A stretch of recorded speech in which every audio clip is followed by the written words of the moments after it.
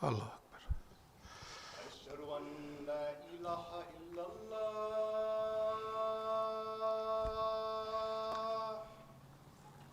أشهد أن لا إله إلا الله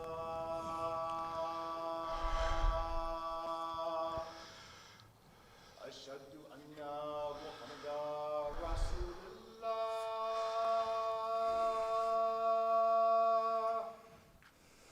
أشهد أن محمدا رسول الله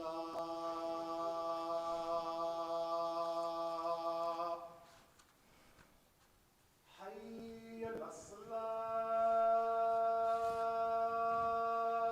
La hawla wa la quwwata illa billah. حي على الصلاة حي على الفلاح حي على الفلاح الله أكبر الله أكبر Allah Akbar. لا إله إلا الله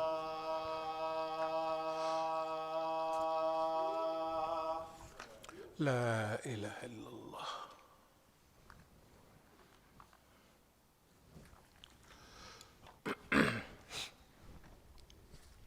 Bismillah ar-Rahman ar-Rahim. Alhamdulillah. Alhamdulillah. Ahmaduhu wasta'inuhu wastadihi wastaghfiruhu wa umminu bihi jalla wa ala wa la akfuruhu wa ashhadu wa la ilaha illallah wa ashhadu anna Muhammadan abduhu wa rasuluhu arsalahu bil huda wa dinil haq liyadhhiruhu ala ad-din kullihi walau karihal mushrikun. All praise belongs to Allah. We praise Him. We seek His help, His assistance, and His guidance. We believe in Him and do not disbelieve in Him. I bear witness that there is no God but Allah, and Muhammad sallallahu alaihi wasallam is His servant and messenger. Allah sent Him, that is Muhammad, with Deen al-Haq, the religion, the way, the methodology of truth. This way of life known as Islam will rise to its proper position in this world, whether the mushriks like it or not. أما بعد فإن أصدق الحديث كتاب الله وأوثق الأمور كلمة التقوى وخير الملال ملة إبراهيم وخير السنن سنة محمد صلى الله عليه وسلم وأشرف الحديث ذكر الله وأحسن القصص هذا القرآن وخير الأمور أعظمها وشر الأمور محدثاتها وأحسن الهدي هدي الأنبياء وأشرف الموت قتل الشهداء وأما الأمر دلالة بعد الهدى وخير الأعمال ما نفعه وخير الهادي ما أتبعه وشر الأمة أما الكلب. The Prophet sallallahu alaihi wasallam has said the most truthful of discourses is Kitabullah, or the Book of Allah. The most trustworthy word is Taqwa, or fear of Allah. The best of the community is the community of Prophet Ibrahim, but the best way of life is the Sunnah of Prophet Muhammad sallallahu alaihi wasallam. The remembrance of Allah is the most glorious of all things. The best of all narrations is Quran. The best acts are those requiring the highest degree of will and determination. The worst acts are those based on innovation. The best way of life is the one adopted by the prophets of Allah. The most glorious death is the death of the martyr. The most wretched blindness consists of going astray after finding the right way. The best acts are the ones that yield benefits. The best guidance is that which people may be able to follow. The worst blindness is the blindness of the heart. Bismillah ar-Rahman ar-Rahim. Inna Allah yahmuru bil adli wal ihsani wa ita'i dhil qurba wa yanha anil fashai wal munkari wal bagi. Ya'itakum la'alakum تذكرون. Allah commands justice, the doing of good, and liberality to kith and kin. He forbids all shameful deeds and injustice and rebellion. He instructs you that you may receive admonition. فَمَنْ يُرِيدِ اللَّهُ أَنْ يَهْدِيَهُ يَشْرَحْ صَدْرَهُ لِلْإِسْلَامِ. Those whom Allah in His plan willeth to guide, He opens their breasts to Islam. Bismillah ar-Rahman ar-Rahim. Ya ayyuha alladhina amanu wattaqullaha haqqa tukatihi wa la tamutuna illa wa antum muslimun. O you believe, fear Allah as He should be feared, and do not die except in a state of Islam. Wa tasimu bihablillahi jamiyan wa la tafarraku. And hold fast altogether by the rope which Allah stretches out for you, and be not divided amongst yourself. Kuntum khayra umatin ukrijat lil nasi tamaruna bil ma'rufi wa tanhauna 'anil munkar wa tu'minuna billah. You the best peoples ever raised up for mankind, because you enjoin the right, forbid the wrong, and you believe in Allah subhanahu wa ta'ala. Aqulu qawli hadha wa astaghfirullah li wa lakum.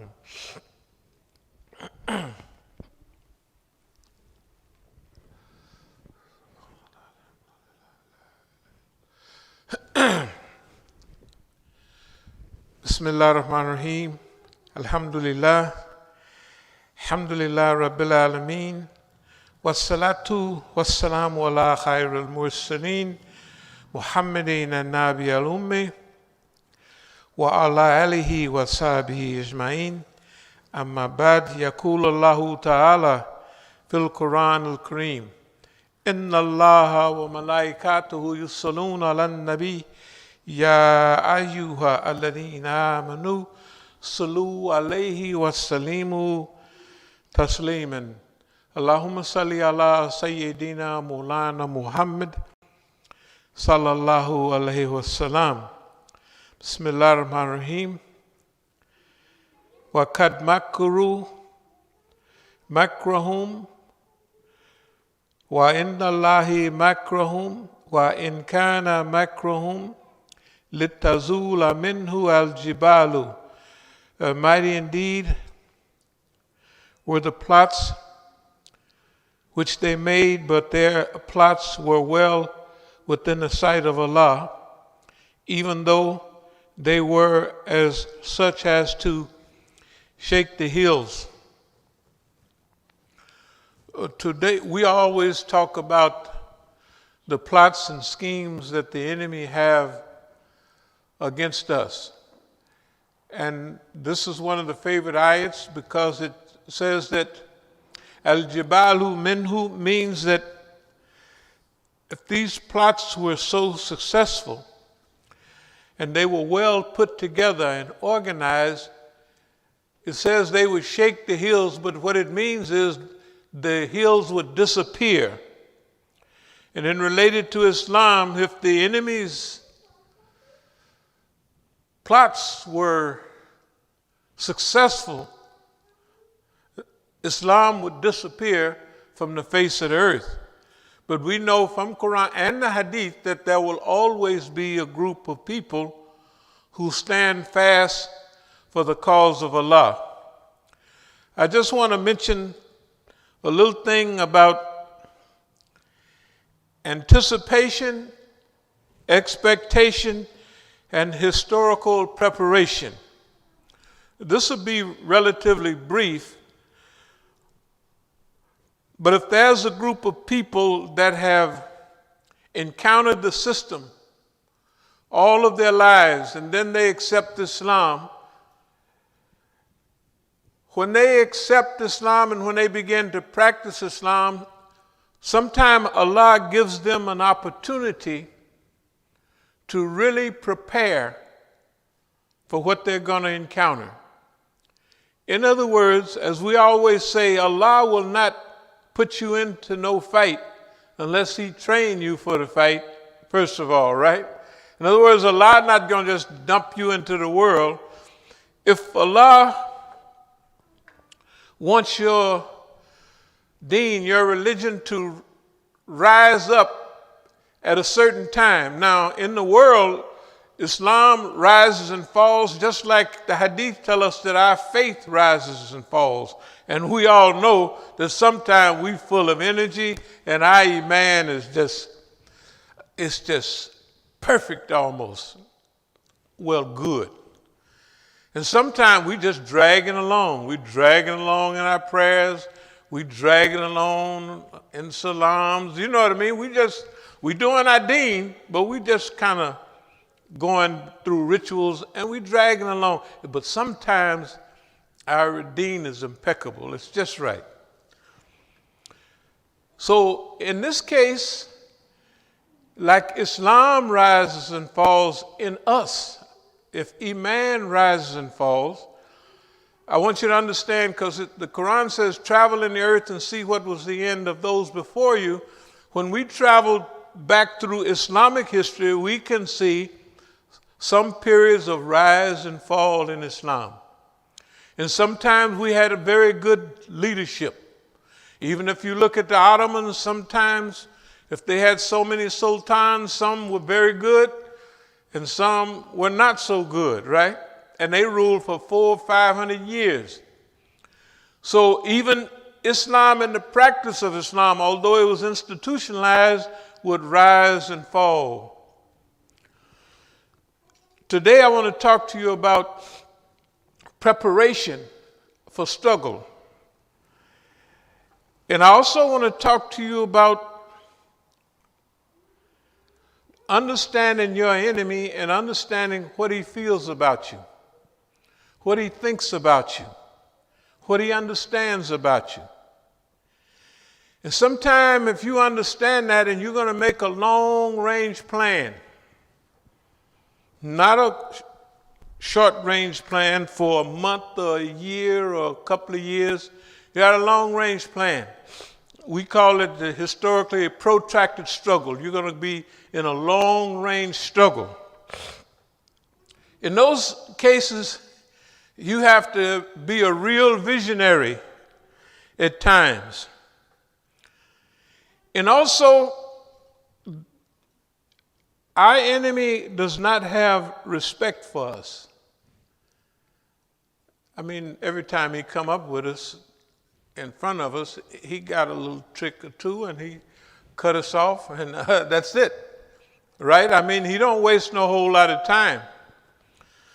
If you look at the struggle in the 60s, if it started really freedom rides, 62, 63, by 64, they're doing nationwide demonstrations, well, in the South. By 65, they have the Watts Ride. 66, they're uprising. 67, Detroit has been taken over by black people. They send the police get run out. Then they send the National Guard in. They can't hold it. And then they send the 82nd Airborne Division into a city inside of the United States. And they take it over. That's 67. Within 1 year, you come back to Detroit and you could take it with a fly swatter. Why? Heroin.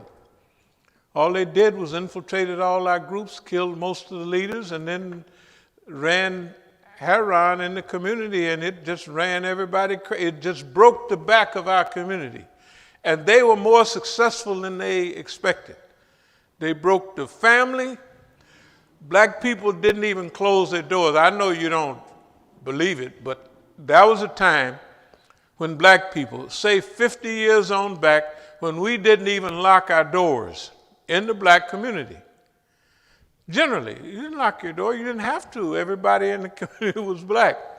You probably can't imagine a community that cruises along so smooth that all their enemies are outside of the community. When you go outside of the black community, now you're going into the white man's world, right? And so that's a level of you got to take it easy out there. But when you come back in this neighborhood, in those days, you was home. And if you travel around the country, If you saw somebody black in another town, you say, hey man, where's everybody at? And they tell you where the black community is as soon as you get there. The sounds, the smells, the whole environment, you was home, right? You didn't have to worry about nothing because you was home. Everybody there is like you. And that changed. That's what heroin did to our community. It really had a serious effect. And they used everything, movies and anything you can imagine, to divide and to destroy the black community. I'm going to skip. When you understand your enemy and what he thinks about you, and you're going to make a plan, you can actually make a plan to fly under the radar of this. You can fool this cracker. Yes, you can. Now, I'm going to tell you about a crew of Negroes. They're alive right now. You see them a lot of times. You see them a lot of times. And one thing Shakespeare said, that the whole world is a stage and everybody plays a part. But nowadays, people don't see themselves on the stage. They see themselves in their own life's movie. Well, imagine you're in your life's movie. You become a Muslim, and you see how everything is going, and then you want to make a plan to change that. But you can't do it all alone. If you just came through a struggle, the leaders of that struggle, we always say that generals fight the last war. They're always fighting the last war. So if you had black leaders that were still alive, say coming into, let's take a year like 1980,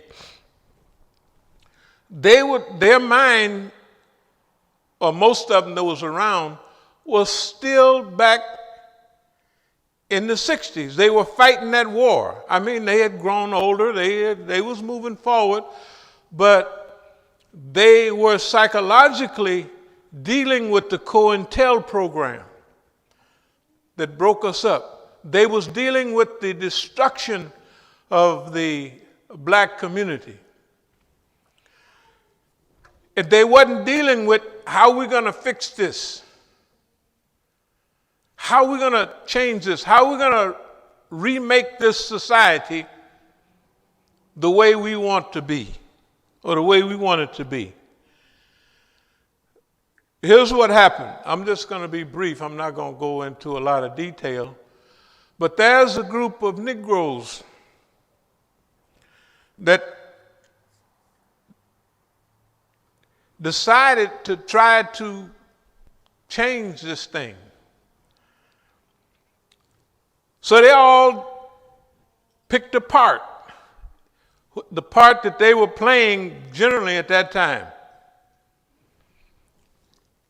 And for a person like me, my part would be to do just what I'm doing. My part would be to show the whole world, you don't have to be scared of this cracker. That was because of the way I was raised. The other guys were not raised like that. They went to school, they graduated, they did stuff like that.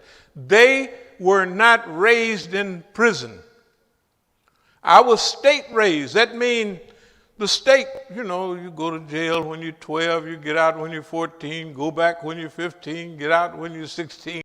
The state, we call it state raised. In California, probably here too, a lot of us were state raised.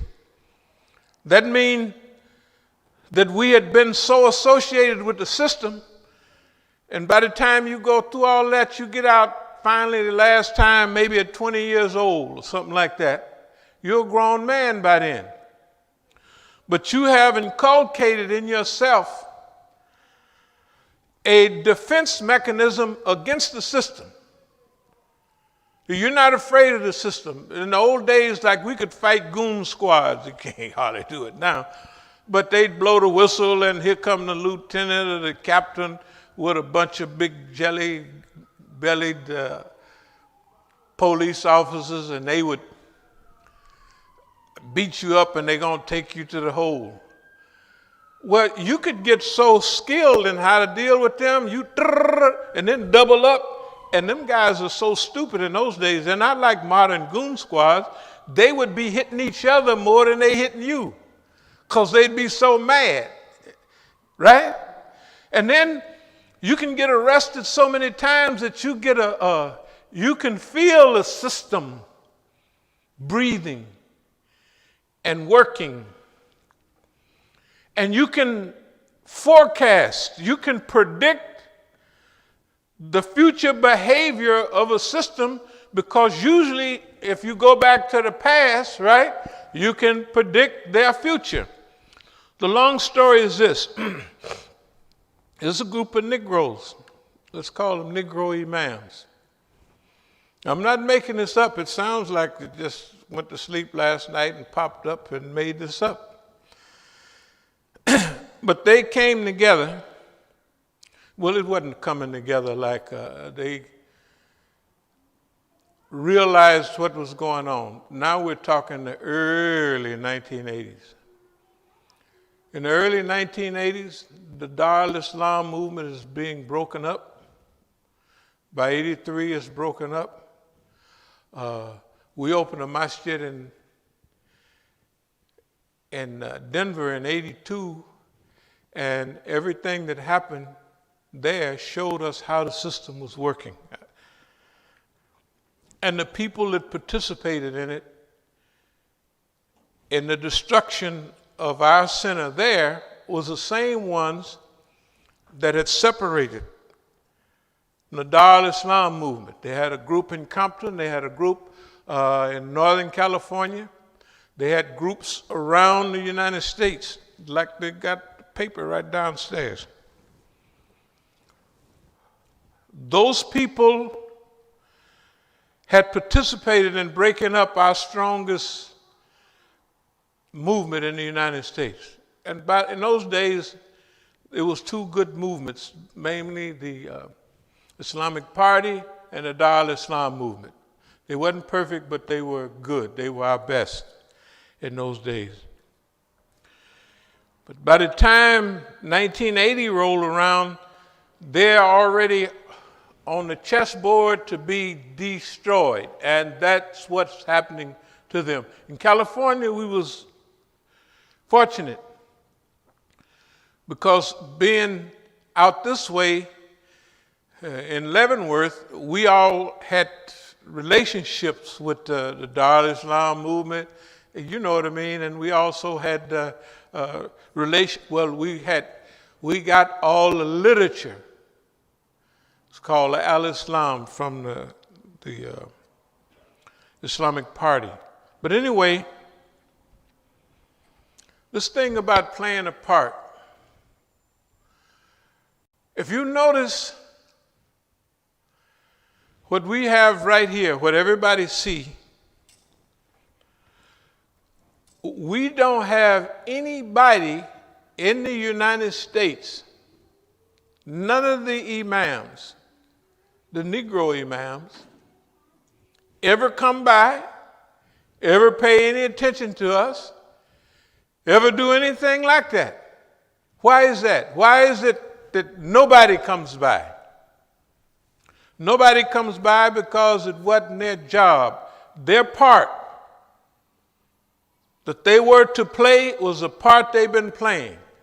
Get up next to everybody else. Do whatever the white man tell you. Right? If you didn't study history, you didn't see what he done to you. Now, you got a team, and that team is supposed to, and they got to stick with it. Because you don't never know when the time is going to come till they have to reconverge to do what they have to do. So if you see maybe the New York imams, people like that, I'm not going to mention their names yet, but I'll be mentioning them very soon. We may help them, but they never help us. Why? Because that's not their job. Our job is to face up to this system and to show everybody that you don't have to be afraid of the system. And that system is going to throw everything at you that they got, except finishing you off. And then you try to influence that. Why? You develop the concept of psychological guerrilla warfare and tease them with it. And then they agree. It's going to be psychological warfare. That means it's all in the mind, and we're not going to physically, they may beat you up a little bit, bust you upside the head, but they're not going to finish you off. Why? Because they have agreed that we're going to have psychological warfare. That means that they're going to try to scare you to death and do all the other kind of stuff which you're used to, and it won't work on you. Now you at home. The other people, not everybody is in on it, but many of them are. If there comes a time when they're supposed to develop their cyclical times, in 78 they was putting something together, then every 10 years or so they get the idea again that something's supposed to happen amongst the Muslims.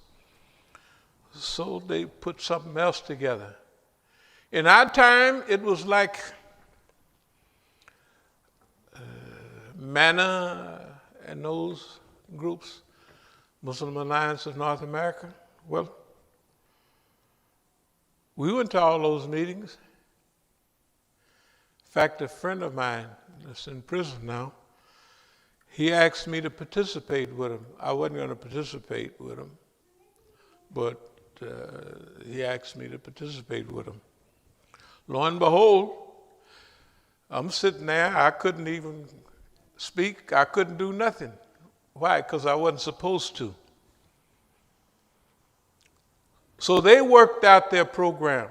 One of the leaders was over at Dar al-Hijra and raising money for that program. One of the so-called imams, I'm a part of the thing with them. And he say, right at Dar al-Hijra, he says, we have a different view than Imam Musa has. That's what he said, right? Why? To let those immigrants know that he not with me. I didn't say nothing about it. I didn't say nothing at all. For a certain reason, because it was not, he's supposed to say that. Because if he say he with me, he ain't going to get no money. Now remember, get this in your mind. Many of the Negroes leaders that you have seen are part of this. They're part of this. They're all playing a part.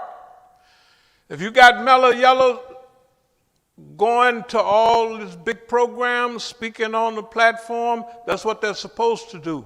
Why? They're going to find out who's who, what's what. They're going to be, everybody's happy with them. Right? They're going to be, you can open any magazine and they're in there. You can turn on any TV and they're there. That's their job. That's the part they play. Right?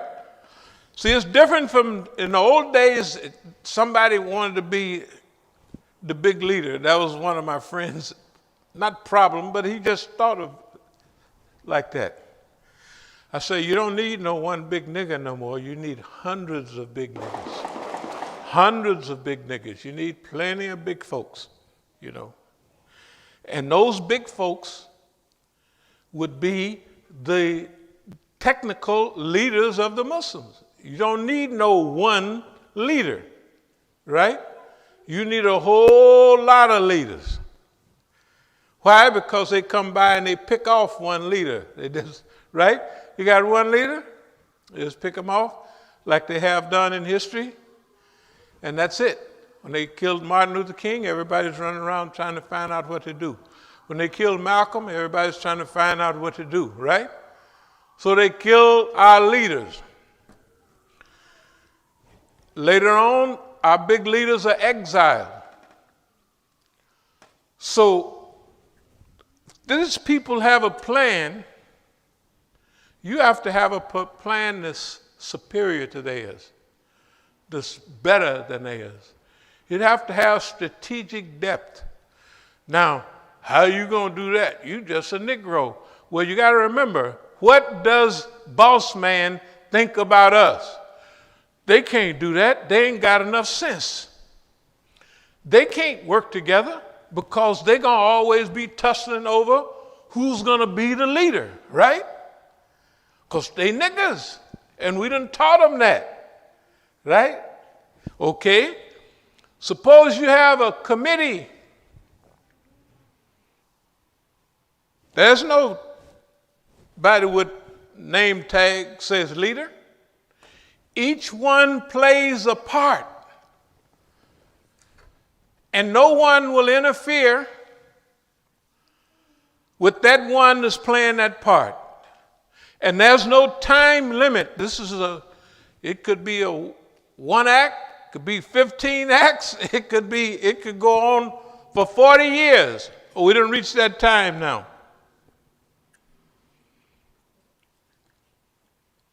Sometimes you'll have to not correct somebody, but say, I'll give you an idea. We was over at GW. I think it's 2 or 3 people here that was here, and we walked into the show. And the New York imam was there. And he said, oh, my Imam Musa. And then he was talking like we was just talking. Well, man, that what you told me about drugs and all of that, man. And so, if you notice, if the brothers who are here right now, I didn't pay no attention to it. But he was told, or the message got to him, don't do that anymore.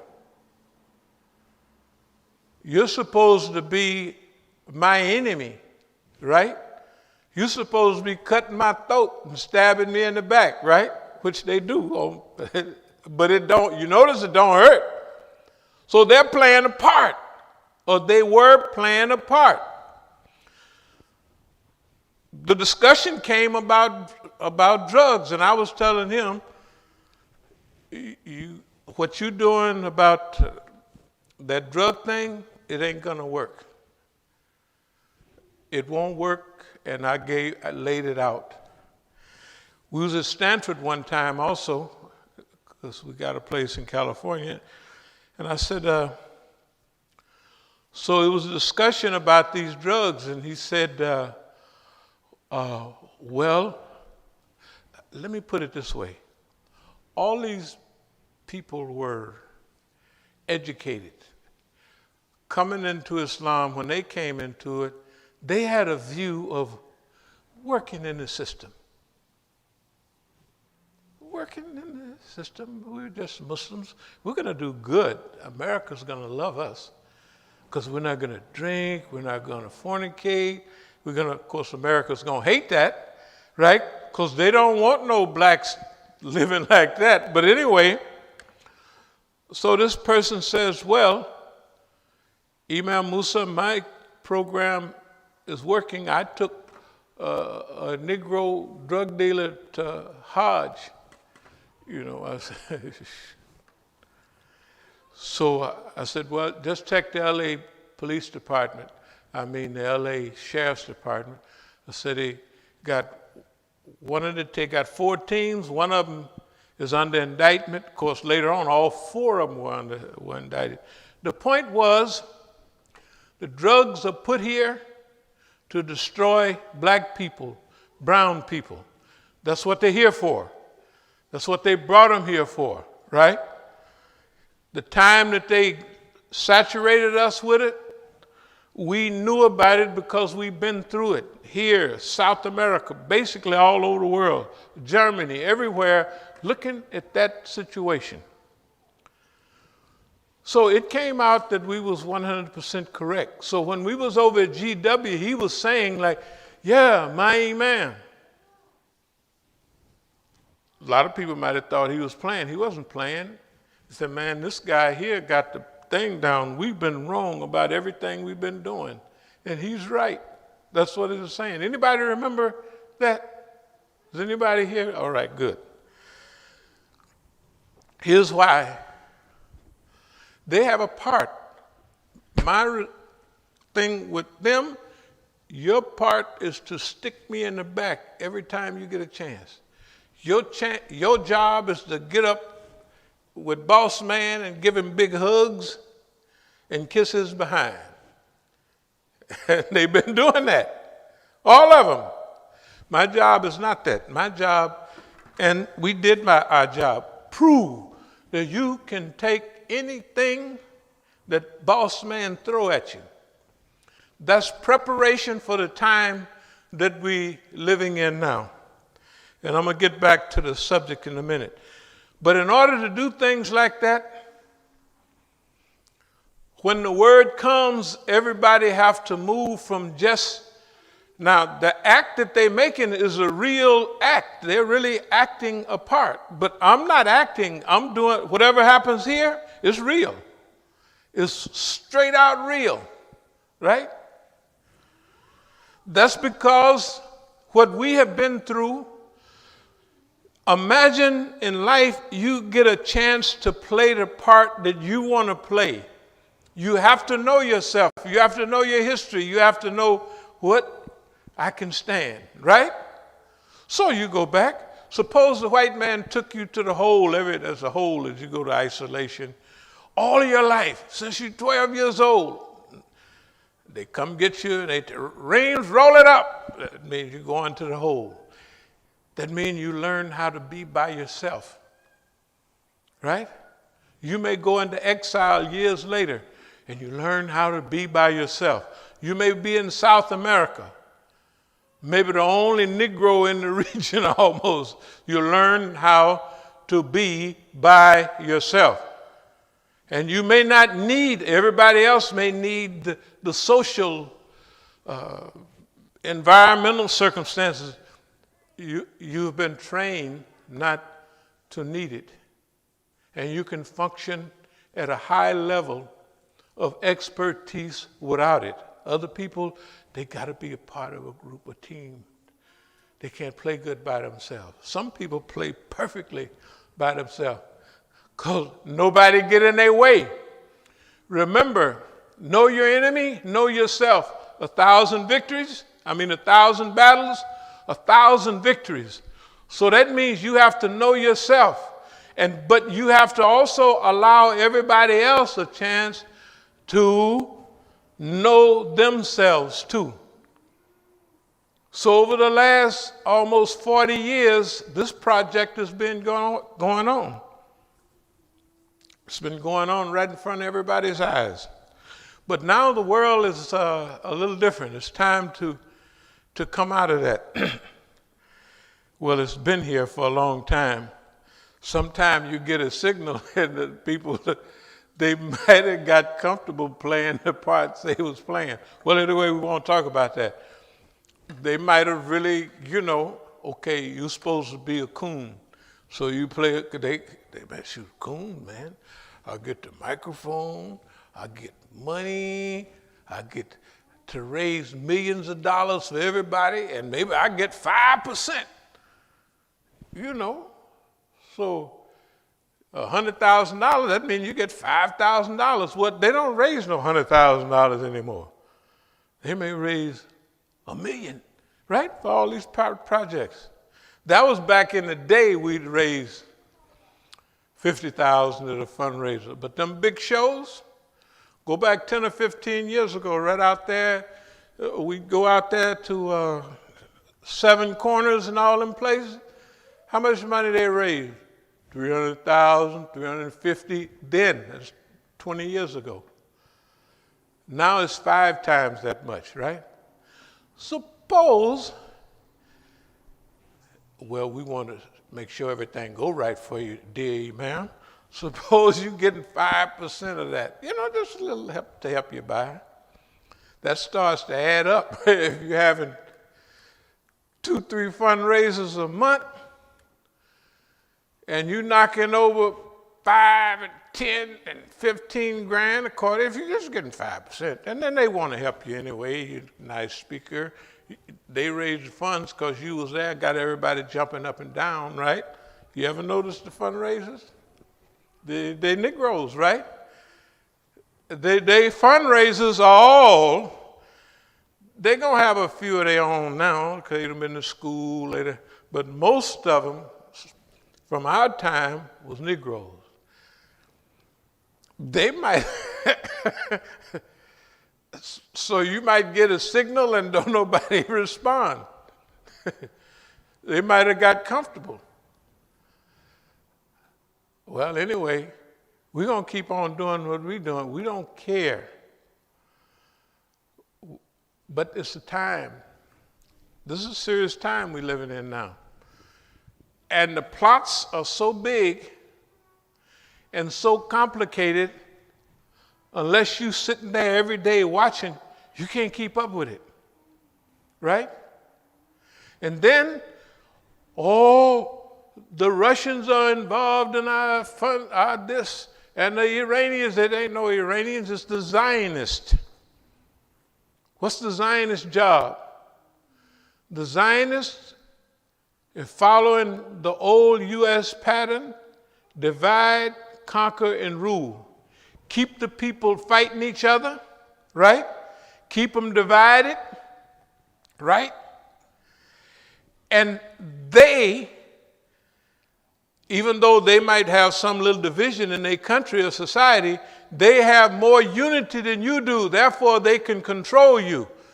The Zionists ain't going to take no chances. There was one mistake during the Obama thing. He was a good Negro. He did a good job for him. But he made one mistake. He did that JCPOA, whatever it was, with Iran. Who didn't like it? Saudi Arabia didn't like it. And guess who else didn't like it? Netanyahu.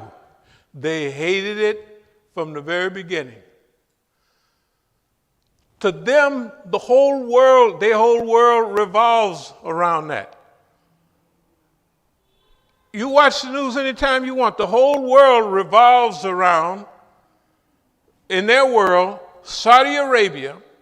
Their whole world revolves around fighting Iran, and it's in everything. If they have Salafis over here wearing short pants, if they have Daesh here, if they have ISIS here, Saudi Arabia created all of those guys to fight against other Sunnis, Sufis, but especially Shias, right? All over the world. That's what they do. They didn't start last week. They've been doing it for over 40 years. That's been their thing. So when Saudi Arabia, why you think they're fighting in Yemen? Just because the Houthis having a little power. They just don't want them to have no power. Why? Because they're semi-Shias. Yeah. They don't like them. All the people that get murdered, all those throat cuttings, all that stuff that you see on TV that the Muslims are supposed to be doing, we didn't develop none of them. Every last one of them were developed by Saudi Arabia on the behalf of the USA, right? All the fighting, whether it's against Syria, whether they're fighting in Iraq, whether it's the fighting all over that part of the world, it was all based Saudi Arabia on behalf of the Israelis and the Americans.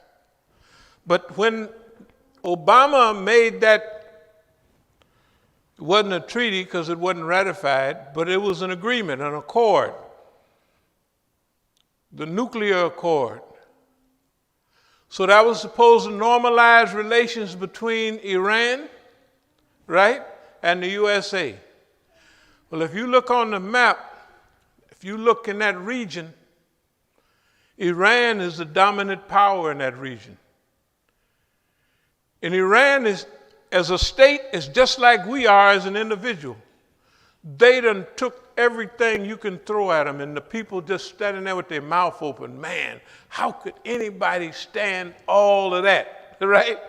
How could anybody take all of that? They have. They've stood up. They had the 8-year war with Iraq. They've been sanctioned and boycotted since 40 years, and they're still rolling. And they was going to get a little reprieve. Soon as Trump got in, now here's the modern times. So they talking about it's the Russians and it's the Iranians. It's not. It's the Zionists. The Zionists is the ones that hired Donald Trump. The Zionists hired Donald Trump. He was hired. And they did a study. Who is the craziest people that we can get to follow our program? You couldn't hire no regular senator. He got too much sense. You had to hire Don. Now you have to admit, what's Don's job? Divide, conquer, and rule. Divide up America, all kind of Americans, right? So, and Don lies consistently. If they play a tape, you ever see him on the news, they play a tape of something Don said, what he come back 5 minutes later, he said, oh, no, I didn't say that, I said something else. And the man just on the TV just said it. Barr, his attorney general, he said the other day that if we isolate people like now, like y'all sitting all, said that's worse than slavery. I'm telling you, did anybody hear that? That's what the man said. He said it's worse than slavery. Don said that America is taken over by leftists, radicals, and they're teaching people that America has been bad to black people. And we got to teach them true American history. Because one black man asked him, he said, when has America ever been great for black people? They asked him a question. Of course he couldn't answer, right? It ain't never been great for, it's always been something, right? So now Don and his crew, they have in the 1776 organization, they're going to spark teaching true American history all over America. The history, they say the radicals have taken over. Ain't no radicals taking over.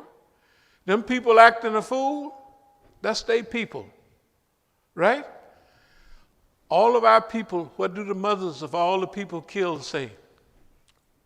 In Wisconsin, the mother said, I pray for my son, I pray for you, the people, and she said, I pray for the police. All of the demonstrations we hold are peaceful. You ever notice that? When the sun go down, the people that come and burn and loot are they people, right? That's their tactic. Divide, conquer, and rule. So don't worry.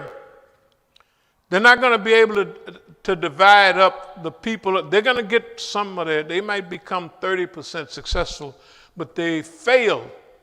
They failed on every point. Number one, to try to get the army to oppress the people and use the army against the people. What did all the generals say? 6 present and past generals say, we ain't putting up with none of that. We're not going to use the military against the people of America, right? Colin Powell said it. Every one of them guys. Why? As bad as they are, at least they're Americans, right? And that's against the Constitution, to use the United States military against the people. It's illegal. Don used it for a minute and went down, stood across the church and held the Bible up there upside down. Did y'all see that? It was illegal what he did. The general was walking with him. The next day he said, I ain't doing that no more, and that is illegal. I will not be abused and used. But in the meantime now, this plan is still being cooked. There's some good parts of it, and there's some bad parts of it. The good part is the whole world is laughing at America. Well, Donald Trump, right? What's happening with y'all, man? What's going on over there? Don't they say that? Whether you Deutsche Welle or everything you watch, the BBC, all of them are asking, our people are wondering what's going on with America. Well, there comes a time in history, that's why the Quran says, travel in the earth, see what was the end of those before you, travel in the earth that you gain knowledge. That means go back through history. When we go back through history, we see that first of all, they're trying to revive and rewrite history. It's called historical revisionism. You know when you revise history?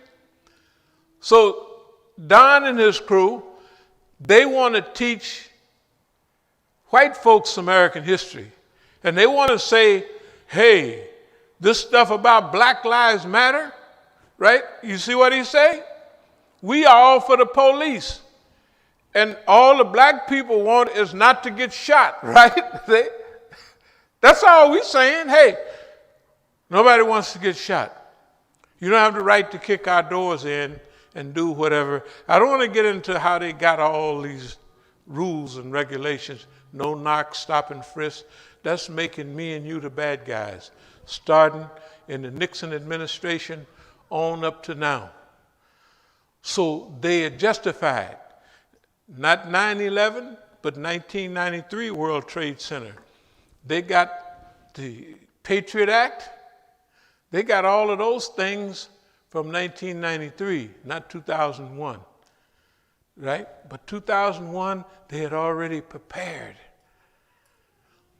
When we're dealing with people that prepare like that, there's a period in their history when they're cooking, when anything they do almost works. Then there comes another change in history, that they can't do nothing right. Think about American history. They enslaved us. They stole the land from Indians. They stole most of the West Coast, all the West, Texas, right? New Mexico, Arizona, California, Nevada, Colorado. They stole 25% of America from Mexico. But they kept right on rolling. They went into World War I. So what? Well, don't forget to remember the Maine, 1898. But everything they did, they slaughtered Indians, and they still was the land of the free and the home of the brave. Isn't that right? They enslaved black people, they're still the land of the free and the home of the brave. Isn't that right? They didn't went over and slaughtered. Well, in World War I, they got a break. The whole ocean, the war was over there, right? They're 3,000 miles away. So America could fix everything and send everything over there, and they got over there fighting, right? Never a bomb fall in America. World War II is the same thing. No bombs fall on America, but all of Europe, Asia, all the world is destroyed except the United States. So their factories are cooking and everything is going well. In the 50s, they call it the golden 50s. Can you imagine? I remember it clearly. That was so nice. The golden 50s. That's what they called it here. Then the 60s come, the 70s come, Korea come, Vietnam. And since then, they have not won a war. Before they won them all. Even they go to Iraq and they come crawling out. right? They didn't have killed 1 million people, but they still crawling out. Afghanistan. How long they been in Afghanistan? 18 years. They bombed Afghanistan after the Russians then killed. In those days, Afghanistan had 16 million people. They killed 1.6 million people. 10% of the people were killed by Russian helicopters and bombs, right? For that 10 years. Then here come the U.S. after them. After this little period in between. And they continue to kill the people of Afghanistan. But guess what? They're trying to get out right now. And the Afghani's not letting them go. They say, you wanted to be here, sucker? Every time they have a little something, don't somebody blow up something? And all the people that they had was on their team or was on Pakistan's team, right? Like Taliban. Talib is a student, isn't that right? Where does a student get all them new tanks and new weapons? And where does a student get all of that from, right? And they're in refugees camp. 2 million of them, right? Peshawar and all of that. I visited Peshawar back in that period, and I could see for miles there was nothing but Afghanis. Everywhere, just Afghanis. It's tents and huts and everything, almost living outside. For years and years. But you know, you have to be careful when you're fighting people that live that close to the earth. You can't take nothing from them.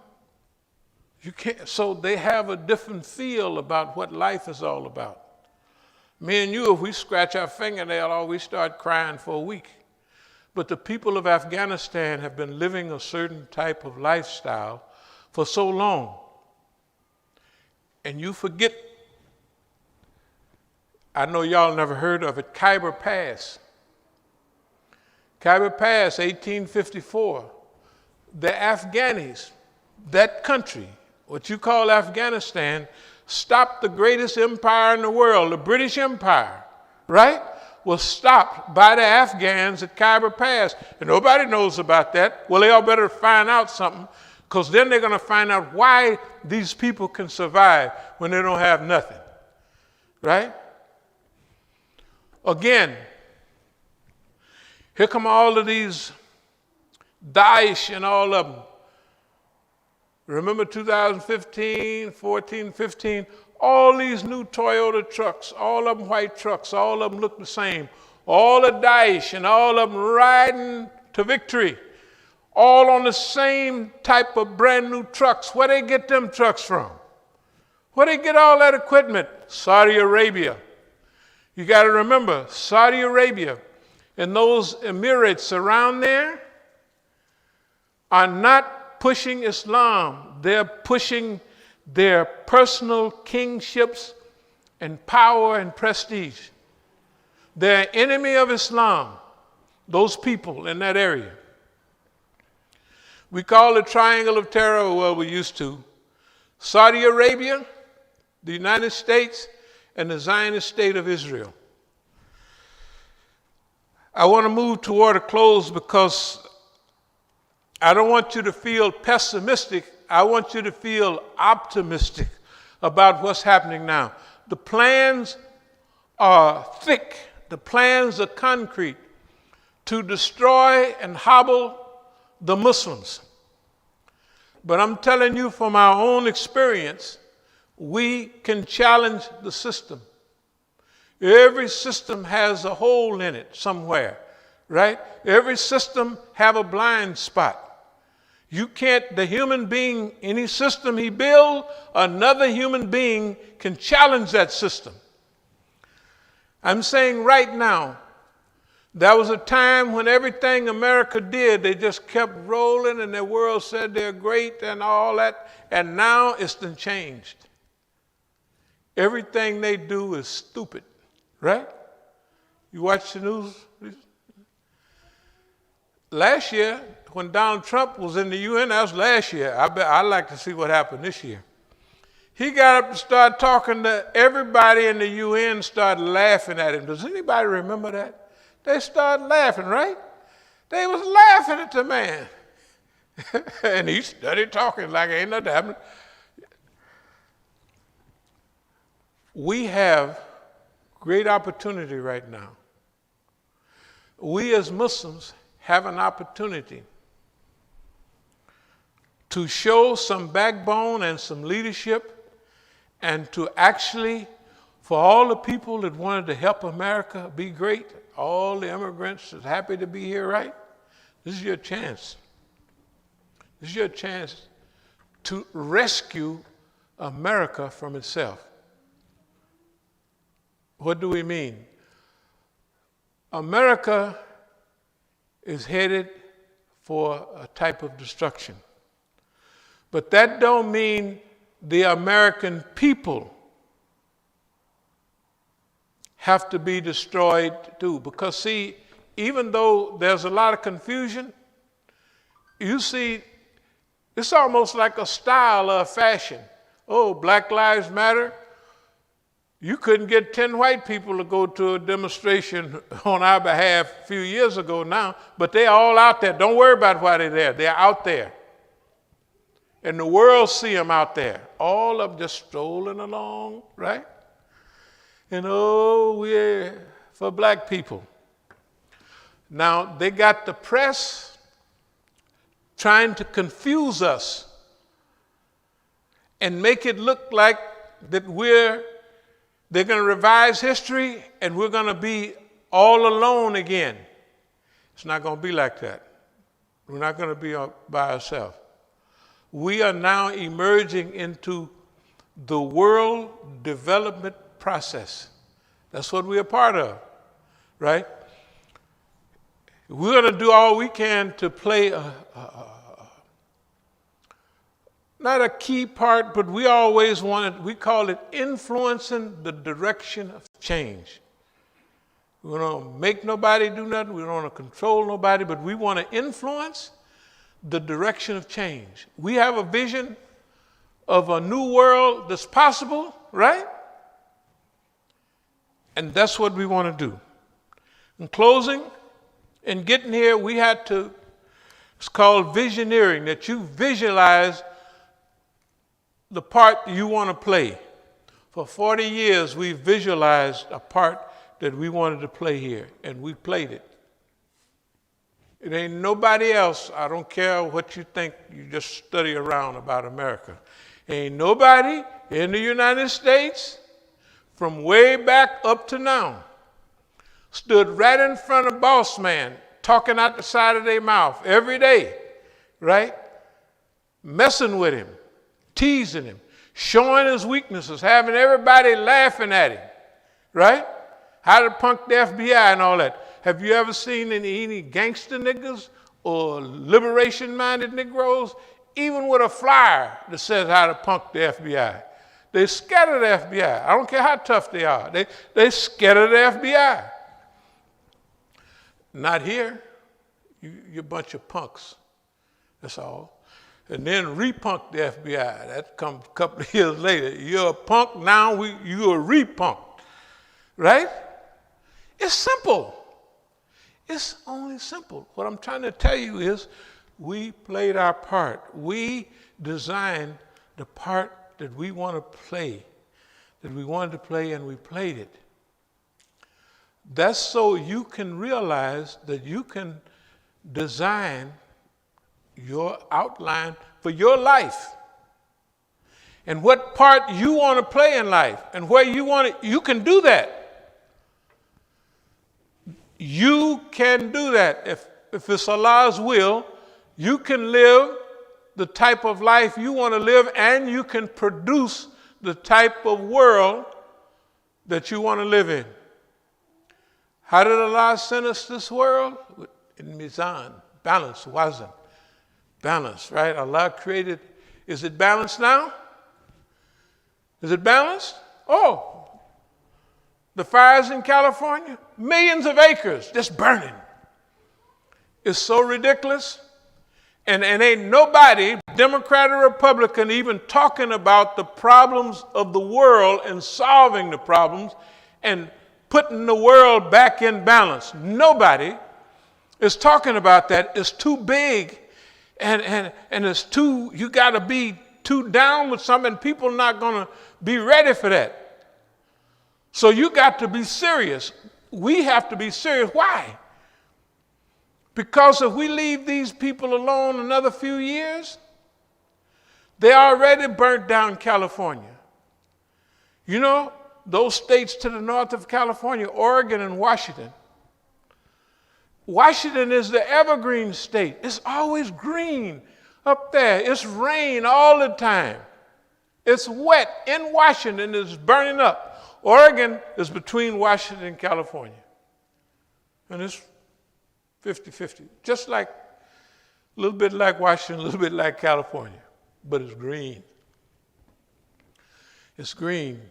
It's not green now. It's dry. The haze you saw 3 days ago here, think about it. Did you watch the news?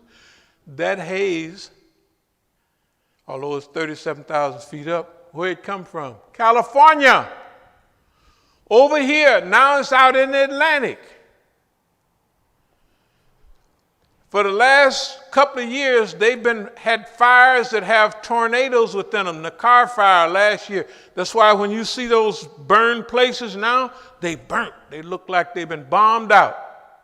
They used to didn't burn like that. I used to fight forest fires in California. I've been in jail all the time, so that's what we did. Fight forest fires. Of course, they pay us 50 cents a day. You can't say that they wasn't looking out for us.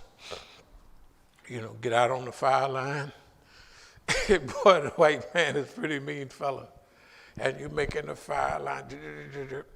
And the white man is back there with the fire truck. You know where the fire is so hot, he's squirting you with water, and you know what's coming off of you? Steam. That fire is hot. The white man ain't in the fire fighting it. You are. Of course, but he's a good white man because he's spraying all that water on us, keeping us cool from burning up. Hey, that's not bad, right? It's a good white man spraying all the niggas with water and steam coming off of them. That's pretty good boss. But now they got tornadoes within a fire. You know where you blow air on fire or wind fire, it makes it bigger and bigger and bigger. They call the winds in LA Santa Ana winds. When the winds hit them fires, they just burn and burn. They're not doing that now. They're burning 5 times and 10 times. 3 million acres burned in California alone now, right? Then you go on the news right down the street, what's happening? The whole place is flooded. And they got, now, they say it's 5 hurricanes right now down in the ocean getting ready to come up this way. Or they may go somewhere else. But it's 5 of them. They said this haven't happened in 100 years. They said, yeah, all of these 100-year fires, we're having them every year now. What does that mean is that Allah wants his people to put the earth back like he gave it to us with balance, right? Mizan, balance, right? That means that we have to devise some activity that give us the authority to do that. Because everything that's happening to them and us right now, it accumulates and accumulates, right?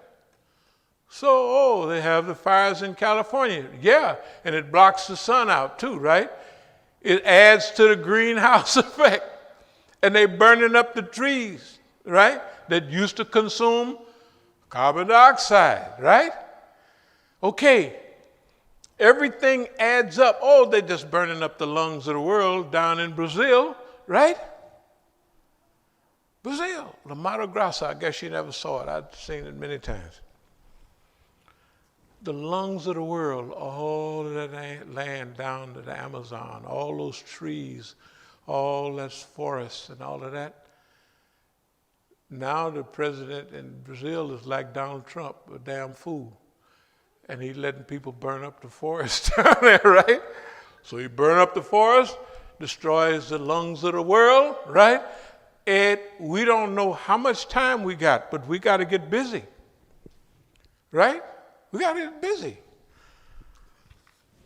We have no idea how long the earth is going to put up with the human being trying to kill it off. And I'll close with this. The earth is a living organism, right? You can see it's alive. Yeah, it's alive. It's a living organism. What does any living organism do when it gets sick or something? Well, it gets a fever, the body, try to get rid of it. It gets the chills, change the temperature, try to get rid of it, right?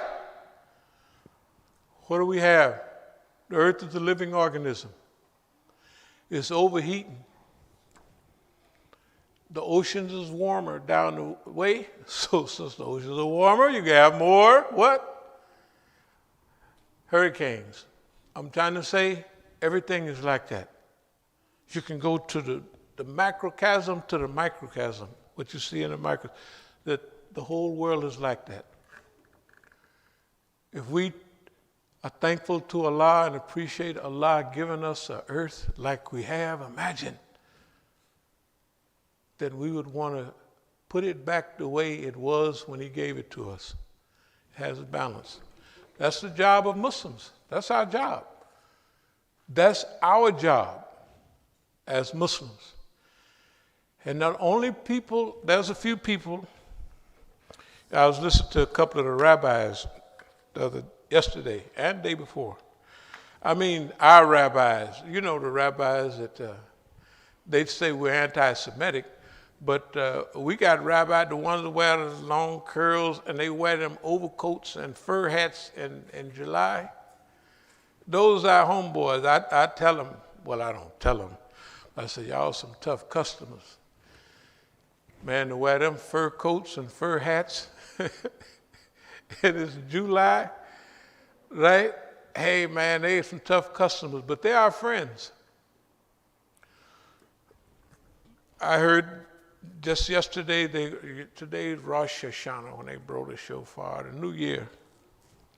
So what celebrations do you have? What the rabbi was talking about, they was asking questions about the things that are going on in the world. And he said, we're against Zionism that built this state. He said, we were put out of there because we were not ready. We were not pure. We were not clean enough. So our exile will end, and they use the word, when the Almighty is ready. He said the Zionists that go back, and half of them wear a Palestinian flag, that when the Almighty wants us, then when we're clean and purified, then we'll go back. And then they asked about some of the things going on in the world. And he didn't want to say that this is, he did say it's the will of God, but they didn't want to go and just say, yeah, you know, it's good. Everybody burning up and drowning. But they're the only people that looked at it. How many people on TV say, this is an act of God, right? All this stuff, all the fires, all the everything, and then the virus is going around, right? So they were saying that sometimes these things happens to straighten us up, to make us more aware and make us more grateful. And he said, kind of like Muslims in a way, he said, when we encounter those type of things that are supposed to be, he said, even when someone dies, we thank the Almighty for the life that they had and all of that, and it's not a or so sad of a situation that we thank God for the life that they did have. We thank God for that. And we do too. So the last thing I want to mention is that there are allies in the world today. Allies. We are not alone. Everybody do not believe the stuff that's going on in the world. The United States of America is the laughing stock of the world. They're laughing. How y'all, the biggest, best organized show in town? And everybody dying. Well, the Chinese, they got busy real quick. And it's 5 times as many Chinamen as it is Americans, right? And there's 2 or 3 Chinamen dying, and there's thousands of Americans dying. Korea has 80 million people, and Korea's death rate from all of this stuff is like 5 or 10 people, right? So in America, it's almost 200,000 people, right? That's a lot of folks. It get you paranoid. I say, oh, y'all got your masks on, step 1 or 2. And as soon as we leave, I know you're going to have on. I know I'm going to have mine on because them numbers is getting serious, right? I mean, these numbers now, it ain't no, I might get it. I'm going to make sure I don't get it, unless it's the will of Allah. I'm going to make sure, hey, man, I ain't taking no chances. And neither has anyone else got sense. Don said, hey, y'all come to my rally. And don't wear, only sissies wear masks. Cowards, right, wear masks. That's what he say. His Negro, what was the big guy? He Kane or something. He died last week, 2 weeks ago. He went to Trump's program down there in Oklahoma. He died. Just up and died. So did half the other people that went, right? Mismanagement, colossal mismanagement. Crisis management, colossal, right? Buffoonery. Now, you may not believe it. I'm going to close with this. Do you know that we prayed for this? Y'all try to remember the doers a while back. Oh, Allah, make a fool out of America. Oh, Allah, da-da-da-da-da-da-da. And guess what? It's being made a fool out of. Someone answered our prayers. Not that the people of America be fools, but the leadership be transfixed where they can't move, they can't think, they can't make a move. And every time they make a move, everybody see them and point them out. That's the way it is in America. Don't worry about them so-called Middle East Uncle Toms signing little stuff that ain't going nowhere. The people of Palestine, they're going to get their land back, and they're going to have al-Auda, the return and everything. Don't lose sight on, you know, the Christians knocked over Jerusalem in the 10th century. Salahuddin Ayyub came back 80 years later and took it back, right? And then when Allenby, and I'll close with this, in World War I, when the British took over Jerusalem again, after 800 years, Allenby came and he kicked the tomb of Salahuddin. He says, Salahuddin, we're back. That's how mean and rotten these people are. 800 years, they never forgot, right? They always got a scheme and a plan because their leader. Remember, and I'm going to close with this for real, there's only 2 parties in the world, Hizbut Shaitan and Hizbullah. So choose your team. Hizbut Shaitan and Hizbullah. That's the only 2 teams that are. There ain't no middle team. Well, I want to be on the bench. You can't be on the bench. You're going to be in the party. The party of you know who or the party of Allah. Oh Allah, we seek thy refuge from anxiety and grief. We seek thy refuge from lack of strength and laziness. We seek thy refuge from cowardice and niggardliness. We seek thy refuge from being overpowered by debt and the oppression of men. O Allah, suffice us with what is lawful. Keep from us what is prohibited. With thy grace, make us free from want of what is besides thee. Ameen. Iqamati salat.